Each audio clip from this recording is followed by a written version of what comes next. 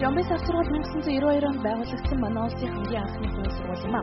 Одоо 53 автомашинтай, далаад ажиллагчтай манай улсын хамгийн том тэргүүлэгч авах сургууль болтлоо өргөжжээ. Нэг ээлжиндээ 450 хүн сургууль хичээлийн танхим 4 газарт австрама байгуулсан. Сурагчдын таатай орчинд жолооч болон авах боломжоор хангасан байна. Жомбисын хувьд гадаад харилцаанд илүү анхаардаг. 2004 оноос хойш Японы Оужу, Нагаяд, Мажио сургуультай холбоотойгдож туршлагаас хуваалцж байна. Төвөр зохисгүй компьютерийн танхим автомашины парк шинжилгээ хийж сургалтанда менежментийн шинэ хэлбэр оруулж өгсөн нь Жомбисыг шилдэг болгох зүйлсэн байна. 2005 оноос шилдэг хамт олон Бээжингийн хамгийн том Думпан шинжлэх сургуультай хамтран ажиллаж эхэлжээ.